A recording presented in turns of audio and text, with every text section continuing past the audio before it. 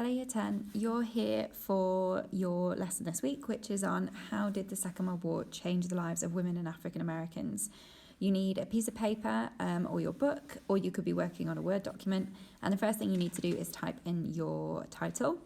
And our learning goal for today is to explain how far the lives of women and African Americans improved during World War II. So before you start this lesson, you might want to look back on the work that you did last lesson to remind yourself of how World War II changed America in general. Because during World War II, America's economy returned to prosperity.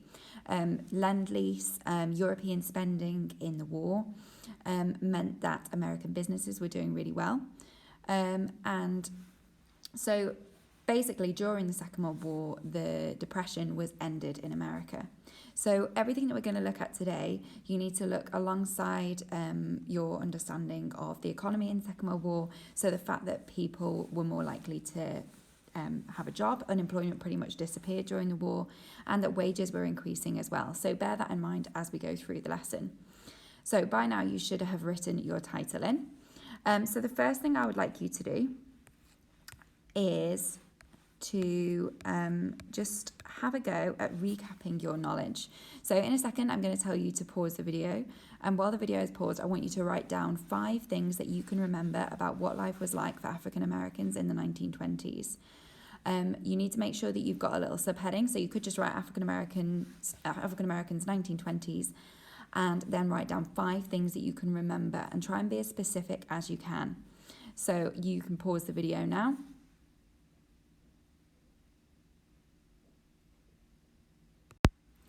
Okay, so what did you get then? So I'm going to go through 5 things that you could have. If there's anything that I mentioned that you don't have, you might want to write it down. Anything that you've got that I don't say, don't worry, it doesn't mean it's wrong. It might be that you've just got some different things, so that's fine. So you might have got down Jim Crow laws. So Jim Crow laws were laws in the southern states, the deep south of America. These are the states that had been the slave states. And they were laws that segregated Black people from white people in America. And you can see an example of this in the picture on this screen. So the fact that there is a coloured waiting room. Buses were also segregated, whether that was through separate buses or a bus being seats at the back for Black people and seats at the front for white people. So segregation was introduced. You might remember from your lessons that that was particularly damaging for education because it meant that the funding tended to go to the white schools, and sometimes in particularly small towns or villages that might mean that there wasn't even a school for Black children because the funds were prioritised for white children. The second one you might have could be the KKK. So the Ku Klux Klan was refounded in 1915 after the film Birth of a Nation was released. And this film portrayed the KKK as a group of people that were protecting the white population from the Black population, and the Black population was portrayed as being criminal. And the KKK would use methods such as like mob courts, where people would be arrested and a mock court would be held and they would be found guilty, and then a punishment. They would be punished by members of the KKK. Sometimes that was through violence, and it was also through lynching. So we know that 300 lynchings happened during the 1920s, but we can also be confident that many, many more than that happened. It's just that we only have 300 was recorded. For number 3, you may have something to do with the economy and African Americans. So most African American people in the 1920s still lived in the southern states. And of those people, the vast majority worked in agriculture. They were often sharecropping families, which meant that they lived on the land owned by someone else, and they have to give a portion of the crops that they produced to the landowner. And that made it really difficult for them to ever make any profit, and basically impossible for them to ever manage to buy their own land. You could also have had the Great Migration. So as a result of Jim Crow and the kind of rule of terror that the KKK were sort of creating in the southern states, many African Americans moved north during the 1920s and continued to do so from through the 1930s as well. And you might have something to do with what people who did move north experienced. So, for example, many African American families moved to LA, to New York, to Chicago, and they had a better experience in those cities because there was less violence towards them. But that doesn't mean that racism wasn't there. So, for example, they often would live in ghettos, which were areas of the city with poorer housing, where it was the only kind of area of the city where there wasn't a rule against them renting accommodations. They were forced to live in those areas, and those areas often had worse facilities. Okay, so once you have got those down, and feel free to pause the video if you need to add in any information that I've just said, we're going to move on to how did the experience of World War II change change lives for African Americans in during the 1930s, late 1930s, 1940s. So before we look at this, I just want you to read a little bit of information about the organisation called the National Association for the Advancement of Coloured People. So what I'm going to do is I'm just going to add a document onto your screen. But you also have this document which is saved in Teams. So you should have that there as well. So if it's easier for you, you can just open this document on Teams because it might be a little bit small on your screen.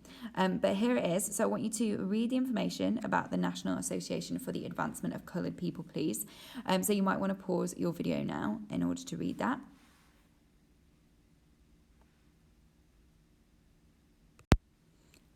Okay, so once you've read that information, you might get a little bit of an idea of how the Black experience changed in America during the war.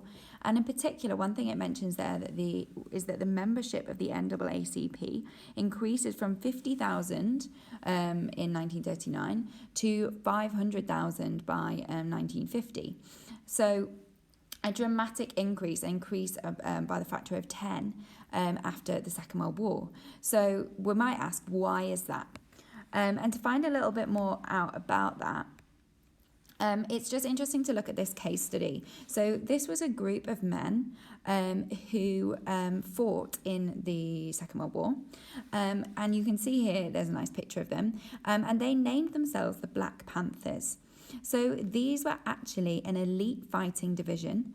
They were specialist tank drivers, tank mechanics, fighters, and they were really important in America in the fighting effort against the Nazis, particularly in 1944. And you can see here they've got as their symbol the Black Panther, and it says underneath, "Come out fighting." So clearly they are identifying strongly with the fact that they're a black division. They call themselves the Black Panthers. And this is obviously something they're really proud of. Now, people in America, I'm not saying that they weren't proud of being black, but they weren't used to being so loudly proud of being black in a white environment.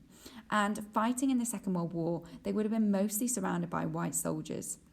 And so for this elite division to identify themselves as black and to be proud of that shows us something about how black soldiers felt about fighting in the war and the increase in the pride that they felt about being black Americans during the war. And if you want to pause the video and just read this quote from General George Patton, that'll give you a bit more of an idea as to why these black soldiers really left the war feeling incredibly proud of what they have achieved. So you could pause the video now to just have a read of that.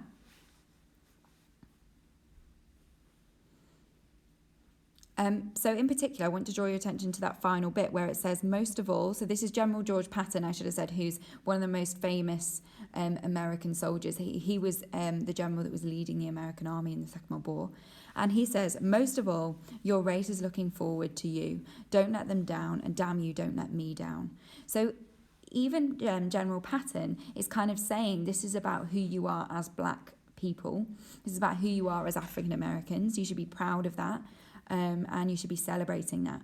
So many of the black Americans who fought in the war left the war feeling like they were proud of what they'd achieved, and that white Americans should be proud of that as well. Just to give you a little bit more information about what exactly African Americans did during the war, if we look at the right side of the screen first, so in terms of what they were doing fighting in Europe, 1 million African American soldiers fought during the Second World War. Now, not all of them, in fact, most of them didn't have the experience of the Black Panther Division, who were those elite tankers.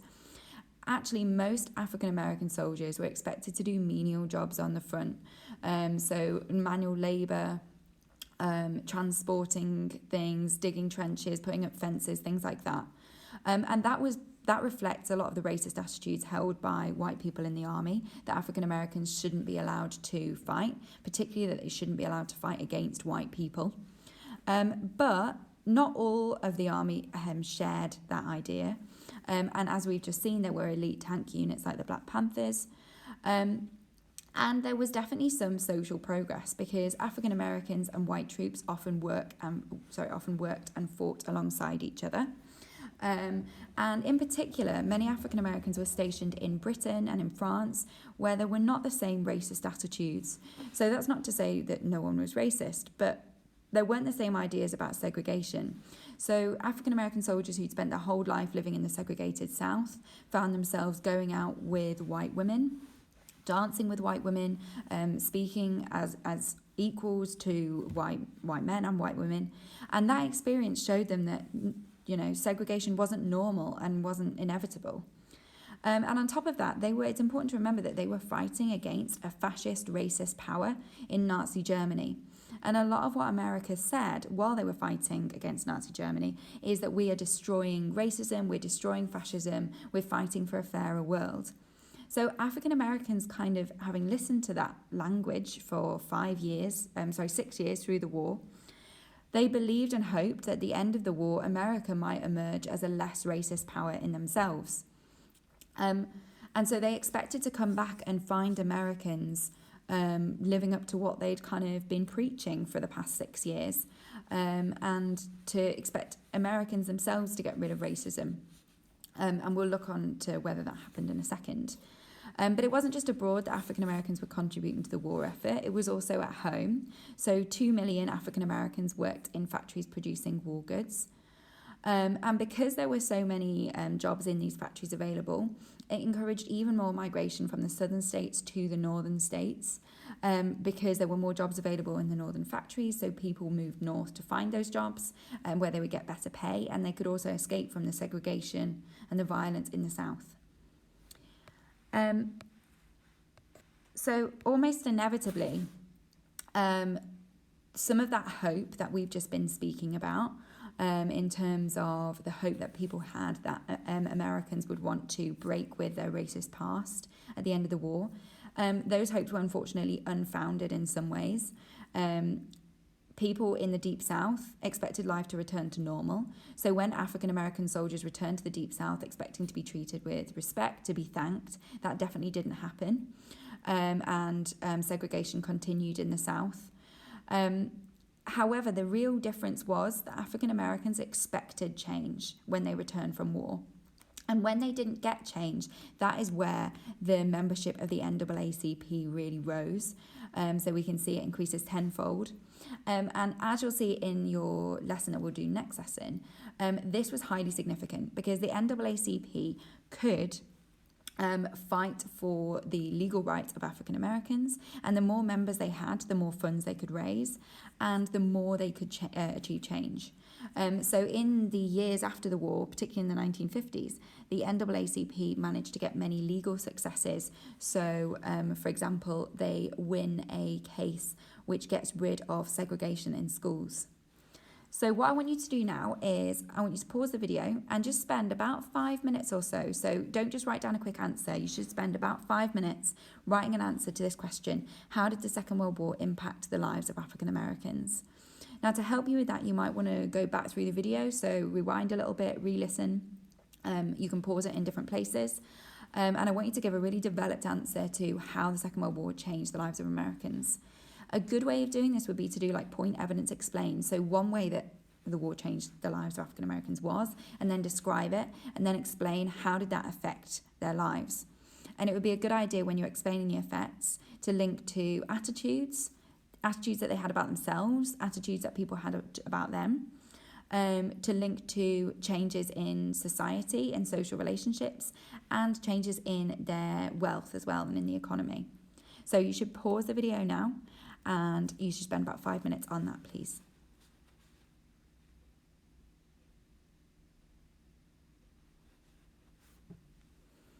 Okay, so we're going to move on to women now, and I'm going to ask you to do the same thing as you did for African Americans.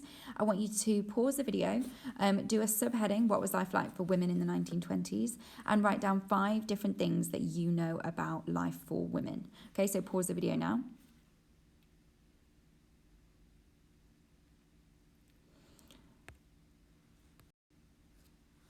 So some of the ideas that you might have are the fact that during the 1920s there was more electricity available. So 70% of homes had electricity by the end of the 1920s, and this allowed those women who could afford it to buy things like radios, which were fairly cheap, and so many people had them, or things like fridges and washing machines, which were much more expensive. And for those who could afford them, it made life at home more entertaining if you had a radio, and also easier, less time consuming if you had those extra kind of electrical goods. You might also have had the fact that more women went to work, so 25% more women went to work in the 1920s. Often these were working class married women who would have rather stayed at home but had to go to work because their husbands weren't earning enough to feed the family, particularly in rural areas. For number 3, you might have had something about flappers. So the fact that there were more socially liberal attitudes during the 1920s, women were able to go out and enjoy themselves because there was people were no longer spending time in saloons, they were going to speakeasies. And because speakeasies were illegal bars, it was difficult or there weren't really rules about who could and couldn't go. So women were going out and enjoying themselves more. You could also have the fact that was portrayed on screen. So flappers, women who were a bit unconventional, who were opinionated, who were loud, were often portrayed on screen. And that encouraged women to have more liberated attitudes about themselves. And you might also have put about the fact that rural women had a very different experience from that. So rural women weren't able to enjoy those changes because of the religious attitudes that were held in rural areas, because rural areas were much poorer. They couldn't enjoy the same kind of social freedom that urban women could. So once you've just filled in your notes for that section, we can move on to what did women do in World War II. So during the Second World War, many women entered the workplace. That was partly because men had gone off to fight, but it was also partly because the economy was recovering, so more workers were needed. Many of the women who entered the workforce for the first time were actually slightly wealthier women who might not have needed to work before. So they might have been women who could live in a family home until they married and then could afford not to go to work. But during the war, kind of patriotic attitudes and kind of the national commitment to the war effort, and also the opportunity to make a bit of extra money, encouraged women to go to work. Now, most women tended to do quite boring, repetitive work that was quite menial and didn't have many complicated skills that were needed. However, some women were given really difficult and technical jobs, particularly those women working in the war industries or in things like the car industries, because they could, they were quite, they were smaller, their fingers were smaller. So for complicated mechanical jobs, women could be quite suited. The women were incredibly hardworking during the war, and actually that's reflected in factory managers' attitudes towards female workers. So 60% of them said that women were their best workers. And it wasn't just paid work that women were doing. Many women volunteered to help with the war effort. So whether they were in the Army Corps or the Volunteer Emergency Services, doing things like going off and nursing, they were contributing to the war effort in that sense as well. And we can see here that the types of women who were prepared to take on work changed. So the fact that 35% of women who were married were in work before the war, and that changed to 50% of women during the war. So in a second then, I'm going to ask you to pause the video, and I want you to have a think about how might that have changed women's lives? How might it have changed their family life, their social lives, their attitudes, and have a think about that. Okay, so pause the video now and see if you can answer, how would women's family lives change, their social lives, and their attitudes?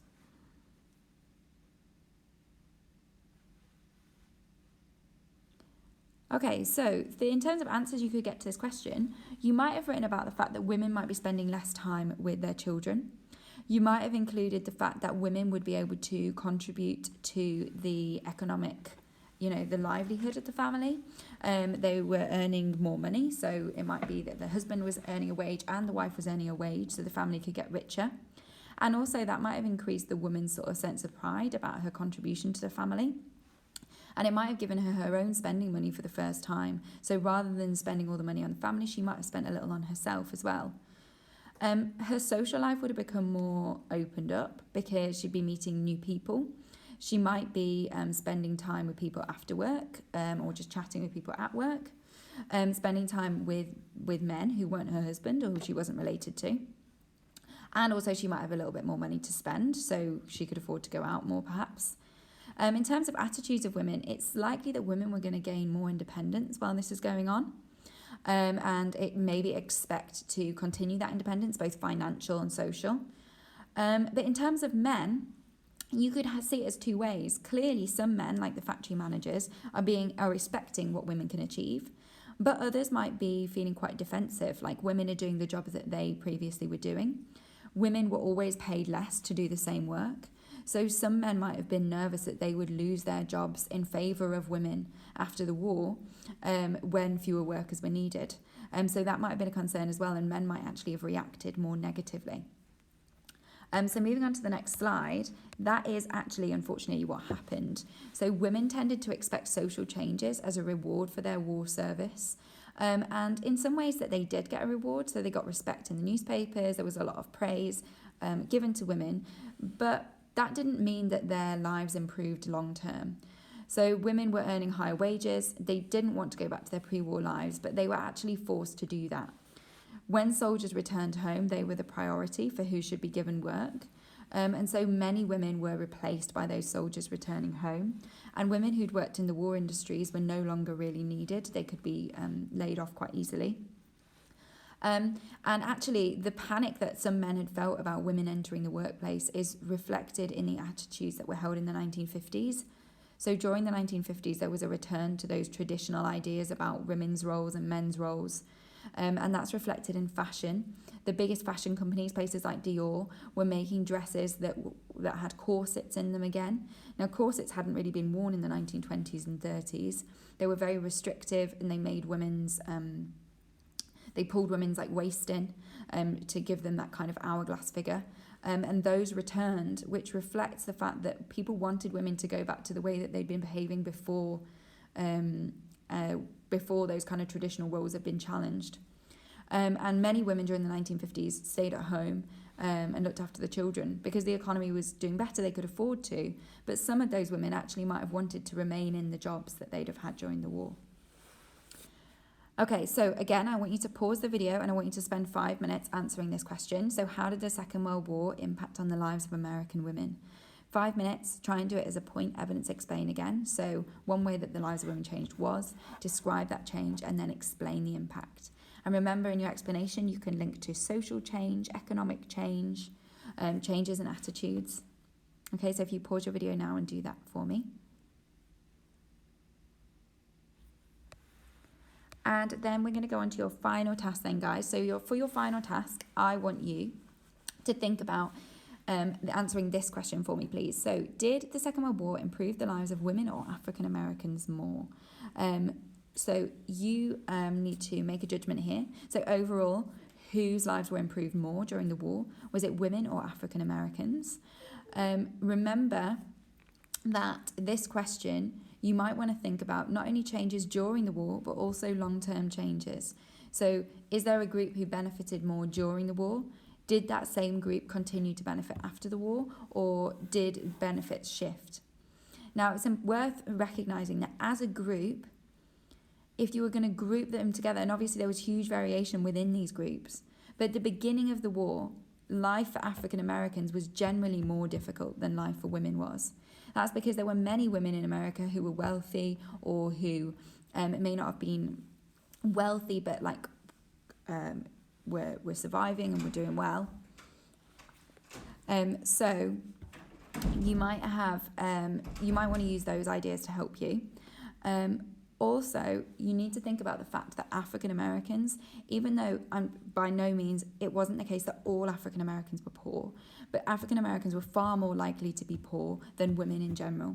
And also African Americans had that constant threat of racist violence as well. So think about the fact that probably at the beginning of the war, African Americans were in a worse situation. Was that still the same at the end of the war? How much improvements had been made? What improvements hadn't happened? Okay, so you need to make your judgment here. For who had life improved more? Make sure you write that down, and you're going to save your Word document or keep your work safe, ready to stick in your books when you return to school. So just to conclude, what you should have done this lesson is you should have done a recap task on how life had changed for African Americans. You should have written an explanation of how life changed. A recap task for women, again an explanation for women, and then finally your judgment here. Okay, well done year 10. Make sure you keep your work safe.